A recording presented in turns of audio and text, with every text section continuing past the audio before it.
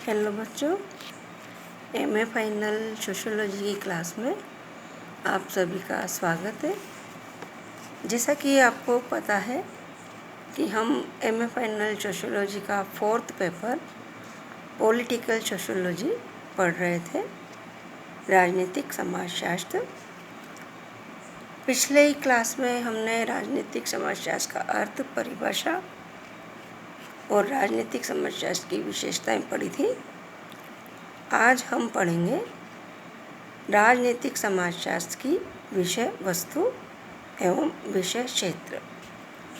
तो आज हम पढ़ेंगे राजनीतिक समाजशास्त्र की विषय वस्तु। तो आइए बच्चों, हम पढ़ते हैं राजनीतिक समाजशास्त्र की विषय वस्तु। राजनीतिक समाजशास्त्र की विषय वस्तु के बारे में आज हम चर्चा करेंगे।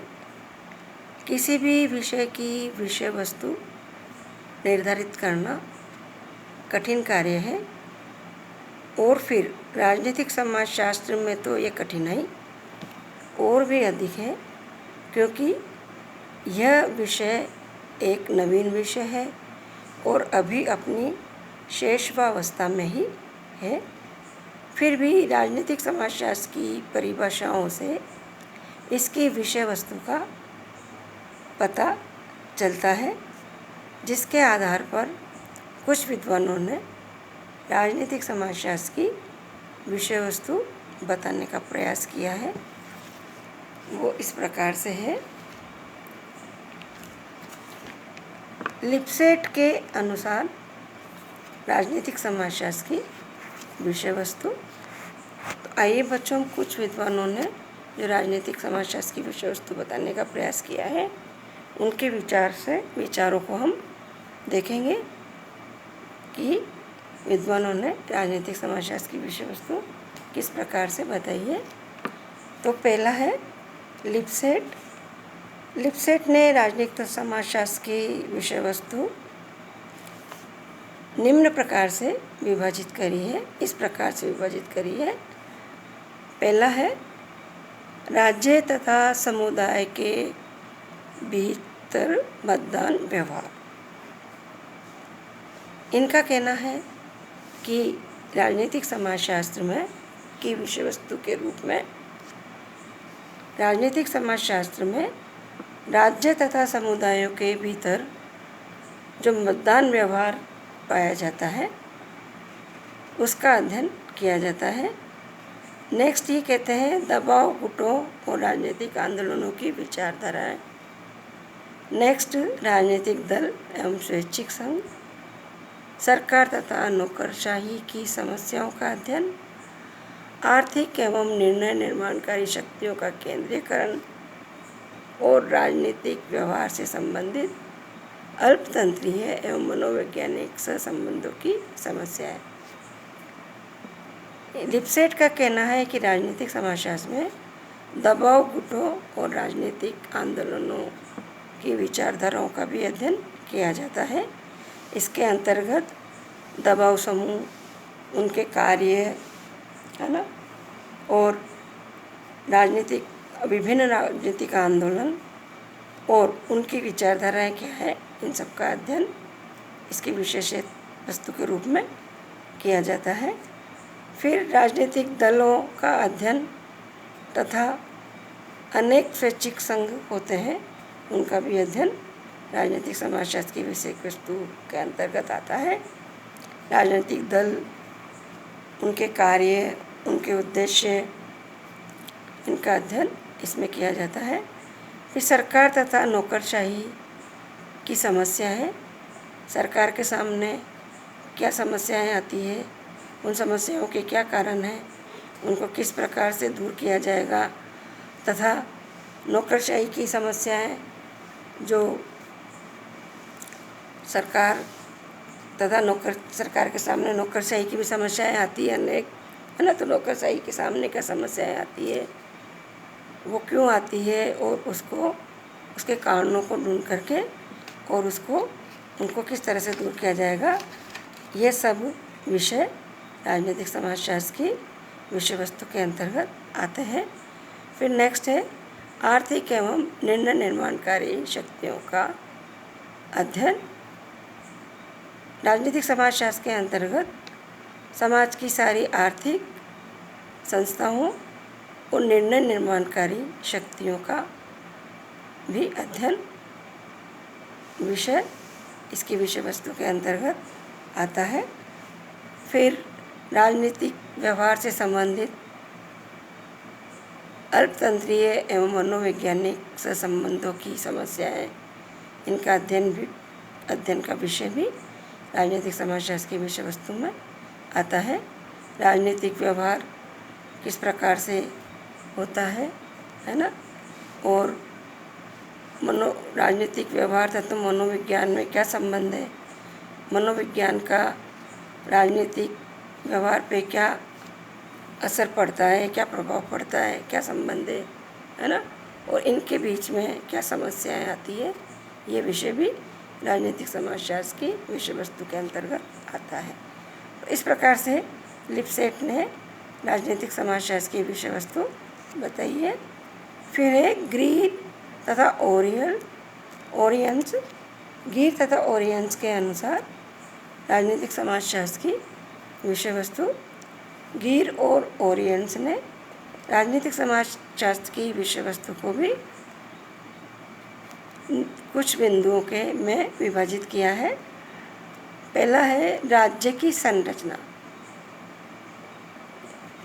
गीर तथा ओरियंस कहते हैं कि राजनीतिक समाजशास्त्र का विषय राज्य की संरचना का अध्ययन करना है। इसके अंतर्गत राज्य की संरचना, उसके कार्य आदि का अध्ययन इसमें किया जाता है। फिर दूसरा है वैधता की प्रकृति एवं दशाएं। इस विषय का अध्ययन भी राजनीतिक समाजशास्त्र की विषय वस्तु के अंतर्गत आता है। नेक्स्ट है शक्ति पर एकाधिकार तथा राज्य द्वारा इसका प्रयोग।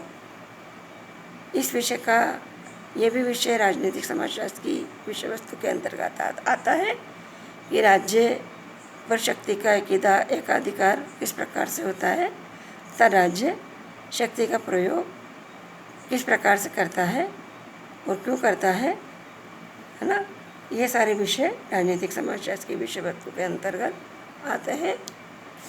नेक्स्ट ओरियंस कहते हैं कि उप इकाइयों की प्रकृति और इनके राज्य से विवाद। राज्य और समाज में अनेक उप इकाइयाँ पाई जाती है। तो इन समाज, जैसे कि आपको पता है कि समाज का निर्माण बहुत सी इकाइयों से मिलकर के होता है और सभी इकाइयों का अलग अलग कार्य होता है। समाज की आवश्यकताओं की और राज्य की आवश्यकताओं को पूरा करने के लिए सभी इकाइयों का अलग अलग कार्य होता है। तो इन उप इकाइयों की प्रकृति क्या है और इनके राज्य और समाज से क्या विवाद है, ये विषय भी राजनीतिक समाजशास्त्र की विषय वस्तु के अंतर्गत आता है। फिर नेक्स्ट है बविष्कर के अनुसार राजनीतिक समाजशास्त्र की विषय वस्तु। B.S. बविष्कर ने भी राजनीतिक समाजशास्त्र की विषय वस्तु बताई है कुछ बिंदुओं के माध्यम से। पहली है राजनीति तथा समाज। राजनीति में सामाजिक संस्थाओं का अध्ययन। बविष्कर कहते हैं कि राजनीतिक समाजशास्त्र के अध्ययन का विषय राजनीति तथा समाज ही है। राजनीतिक समाजशास्त्र में राजनीति और समाज दोनों का ही अध्ययन किया जाता है। राजनीति में सामाजिक संस्थाओं की भूमिका क्या है, इसका भी ये अध्ययन विषय भी इसके विषय वस्तु के अंतर्गत आता है। अनेक सामाजिक संस्थाएं क्या है, जैसे कि जाति है, नातेदारी है, धर्म है, विवाह है, इन सारी संस्थाओं का अध्ययन भी राजनीतिक समाजशास्त्र की विषय वस्तु के अंतर्गत आता है। फिर नेक्स्ट है राजनीतिक समितियों का अध्ययन तथा राजनीतिक संरचनाओं का अध्ययन, है ना। जैसे राजनीतिक समितियाँ और राजनीतिक संरचनाएं क्या है, जैसे पंचायतें है, गुट है, राजनीतिक दल है, विधानमंडल है, अधिकारी तंत्र है, अनेक हित समूह है, नेतृत्व है तथा अभिजन वर्ग है। इन सब के का अध्ययन भी राजनीतिक समाजशास्त्र की विषय वस्तु के अंतर्गत, ये सारे विषय भी राजनीतिक समाजशास्त्र के अध्ययन की विषय वस्तु के अंतर्गत आते हैं। फिर नेक्स्ट बहिष्कार के अनुसार नेक्स्ट कहते हैं ये कि राजनीतिक प्रक्रियाएं का अध्ययन, राजनीतिक प्रक्रियाएं का अध्ययन भी राजनीतिक समाजशास्त्र की विषय वस्तु के अंतर्गत आता है। जैसे कि राजनीतिक समाजीकरण, राजनीतिक भर्ती, राजनीतिक सहभागिता, राजनीतिक विकास और राजनीतिक परिवर्तन आदि प्रक्रियाओं का अध्ययन भी राजनीतिक समाजशास्त्र की विषय वस्तु के अंतर्गत आता है।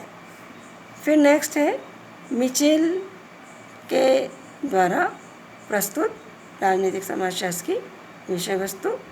मिचेल ने भी राजनीतिक समाजशास्त्र की विषय वस्तु को कुछ भागों में विभाजित किया है, जैसे कि औपचारिक और अनौपचारिक संस्थाएं, संभ्रांत जन और उनकी सदस्यता, संघर्ष के आविर्भाव एवं नियमन, हित समूह और दबाव समूह, राजनीतिक मतों का निर्माण एवं राजनीतिक संस्थाओं के रूप में राजनीतिक दलों तथा विभिन्न प्रकार की शासन पद्धतियों आदि के अध्ययन को भी इन्होंने राजनीतिक समाजशास्त्र में सम्मिलित, राजनीतिक समाजशास्त्र की विषय वस्तु में सम्मिलित किया है।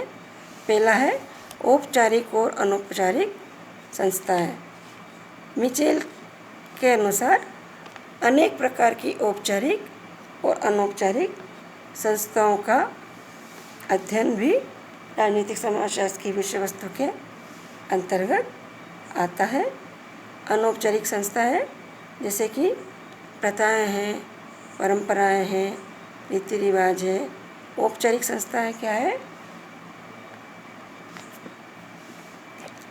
नियम कानून, है ना। और इसके अलावा बहुत सी संस्थाएं जैसे पंचायतें हैं, राजनीतिक दल है, विधान तंत्र, अधिकारी तंत्र है और नेतृत्व है, अभिजात वर्ग है। अनेक प्रकार की औपचारिक और अनौपचारिक सारी संस्थाओं का विषय भी राजनीतिक समाजशास्त्र के अंतर्गत विषय वस्तु के अंतर्गत करने की बात इन्होंने कही है। फिर संभ्रांत जन और उनकी सदस्यता।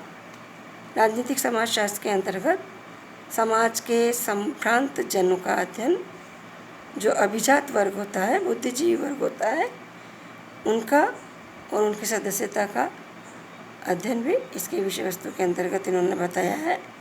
फिर नेक्स्ट संघर्ष के आविर्भाव और नियमन, ये अध्ययन का विषय भी राजनीतिक समाजशास्त्र के विषय वस्तु के अंतर्गत इन्होंने बताया है कि संघर्ष समाज के अंदर और राज्य के अंदर संघर्ष कैसे उत्पन्न होता है, उसके क्या कारण होते हैं और उसको नियंत्रित कैसे किया जाता है, ये सारे विषय इसके विषय वस्तु के अंतर्गत आते हैं। फिर हित समूह और दबाव समूह।